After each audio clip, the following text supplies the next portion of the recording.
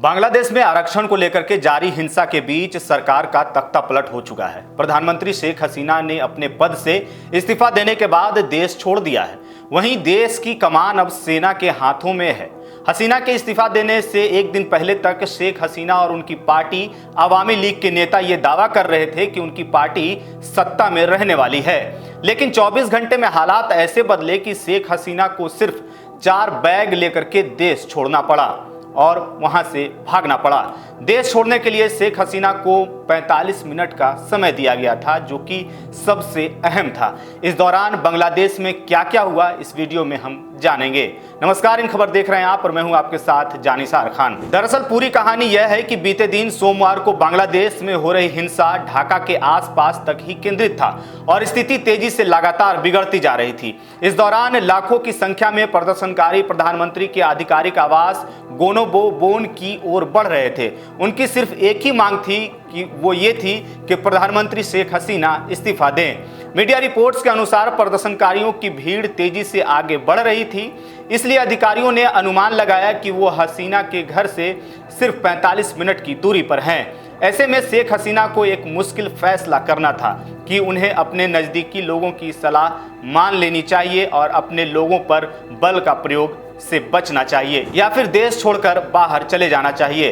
अंततः 2009 से बांग्लादेश की सत्ता पर काबिज हसीना ने आखिरकार सत्ता छोड़ने का फैसला किया, लेकिन इस फैसले से पहले उन्हें कई घंटों तक मनाने, फोन कॉल और बैठकों का दौर चलता रहा। ढाका स्थित समाचार पत्र प्रथम आलोक की रिपोर्ट के अनुसार बल प्रयोग या अन्य तरीके से सत्ता बरकरार रखने के प्रयास में शेख हसीना अंत तक अपने हालात पर कायम रही। रिपोर्ट के अनुसार देश से भागने से पहले उन्होंने सोमवार को सुबह 10:30 बजे से लगभग 1 घंटे तक विभिन्न कानून प्रवर्तन और रक्षा बलों के टॉप अधिकारियों पर भारी दबाव बनाया। हालांकि उस समय तक गोनोबोबोन की ओर जाने वाली ढाका की सड़कें देश के इतिहास में शायद अब तक देखी गई कि सबसे ज्यादा भीड़ से भर चुकी थी। रविवार को कम से कम 98 बांग्लादेशियों की दुखद हत्या के बाद छात्र नेताओं ने एक दिन पहले ही गोनोबोबोन पर धावा बोलने की कसम खा ली थी।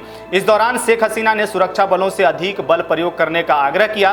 पिछले 3 सप्ताह से शेख हसीना भारी आर्म फोर्स और अपनी पार्टी के कार्यकर्ताओं का उपयोग करने के बावजूद छात्र नेतृत्व वाले विरोध प्रदर्शनों और बड़े सार्वजनिक अशांति को दबाने में असमर्थ रहीं। इस बीच कई स्रोतों का हवाला देते हुए प्रथम आलोक की रिपोर्ट में शेख हसीना के इस्तीफे से पहले के अंतिम 4 घंटों और अंततः भारत जाने की सलाह दे दी गई। रिपोर्ट में कहा गया है कि स्थिति की गंभीरता को समझते हुए कुछ अवामी लीग नेताओं ने, जिनमें उनके एक शीर्ष सहयोगी भी शामिल थे, रविवार रात उन्हें सत्ता सेना को ट्रांसफर करने के लिए मनाने की कोशिश की। हालांकि उस समय वह सलाह स्वीकार करने में राजी नहीं थी। इसके बजाय हसीना ने सोमवार से और कड़ा कर्फ्यू लगाने का आदेश दे दिया, जिसके तहत बांग्लादेश में इंटरनेट सेवाओं सहित सभी चीजें बंद कर दी गई। यह घटना उस दिन के बाद हुई जब बांग्लादेश में अराजक फैल गई थी और सुरक्षाकर्मी प्रदर्शनकारियों के खिलाफ कोई कार्रवाई नहीं कर रहे थे। भोर में कर्फ्यू लागू करने के प्रयासों के बावजूद प्रदर्शनकारियों ने सुबह 9 बजे तक विभिन्न स्थानों पर इसका उल्लंघन करना शुरू कर दिया। 1 घंटे बाद लाखों लोग ढाका की सड़कों और गलियों में उतर आए थे। विभिन्न एजेंसियों के उच्च स्तरीय सूत्रों ने प्रथम आलोक को बताया कि सुबह करीब 10:30 बजे तीनों सैन्य बलों, सेना, नौसेना और वायुसेना के प्रमुखों और पुलिस महानिरीक्षक को प्रधानमंत्री के निवास गोनोबोबोन में बुलाया गया।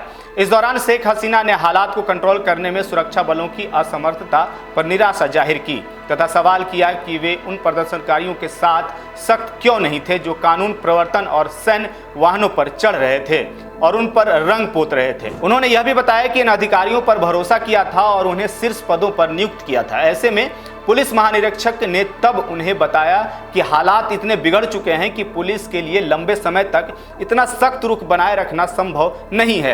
रिपोर्ट में कहा गया कि शीर्ष अधिकारियों ने समझाने की कोशिश की, स्थिति को केवल बल से नियंत्रित नहीं किया जा सकता, लेकिन शेख हसीना इसे मानने को तैयार नहीं थी। इस दौरान यह देखते हुए कि वह हसीना को हालात की गंभीरता को नहीं समझा सके, कुछ अधिकारियों ने उनकी छोटी बहन रेहाना से एक अलग कमरे में मुलाकात की। उन्होंने रेहाना से स्थिति की गंभीरता से हसीना को अवगत कराने का आग्रह किया, जिसके बाद रेहाना ने अपनी बड़ी बहन से बात की, लेकिन फिर भी शेख हसीना अड़ी और असंतुष्ट बनी रही। इसके बाद एक सीनियर ऑफिसर हसीना के बेटे साजिद वाजेद जॉय से भी बात की, जो कि विदेश में रहते हैं। जॉय ने इसके बाद अपनी मां हसीना से बात की, जिसके बाद वह इस्तीफा देने के लिए सहमत हो गई। तो ये पूरा प्रक्रिया हुआ बांग्लादेश में, जो 45 मिनट तक चलता रहा। उसके बाद शेख हसीना भारत आ गई। इस वीडियो पर क्या है आपकी राय, कमेंट बॉक्स में जरूर बताएं।